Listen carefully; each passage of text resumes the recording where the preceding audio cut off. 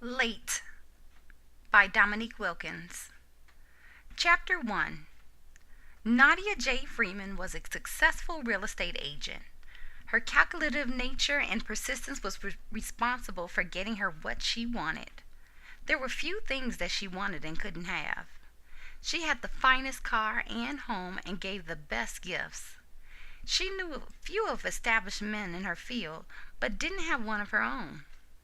She was always a bridesmaid, but never the bride. In high school, Nadia was one of the top athletes and was now the best agent in the Coldwell Banker establishment. But her image of being a workaholic was getting tiresome. At the last baby shower, as she was watching some young baby kids running back and forth in and out of the refrigerator, her girlfriends called her out, suggesting that she'd never be in the Mommy's Club. At that point, she snapped, deciding to accept the challenge. Unable to shake the challenge, Nadia went out that very night and got drunk. Then met a man at the club and brought him home for sex. She woke up disgusted with not only herself, but the man too, for not having the decency to remember her name.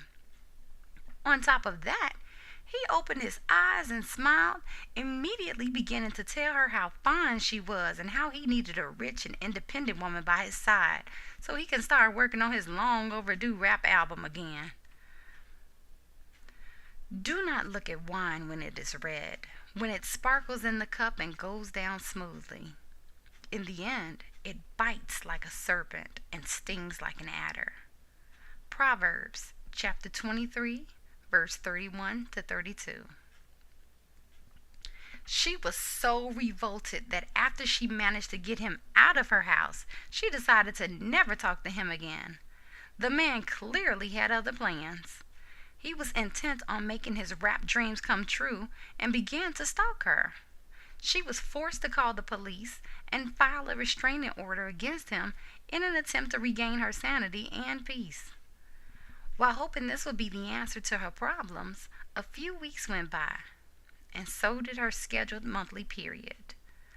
Nadia took 5 tests before she screamed at the top of her lungs loud enough for the neighbors at the end of the block to hear her anguish from the bathroom. Arrgh! I'm 35 years old and I'm pregnant by a bum! After letting out a few more screams and curses, she got up and attempted to look at the bright side and figure out her next step. Cursing at herself and the woman who gave birth to that bum wasn't going to solve anything. She decided, after almost losing her voice, she made some tea and attempted to calm herself down. First things first, she called her doctor for an appointment. The doctor would give her the rest of the information and the possible next step after examining her.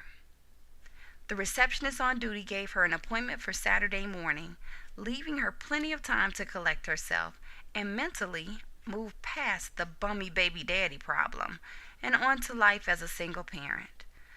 Apparently, this was what she asked for, because this is what she got.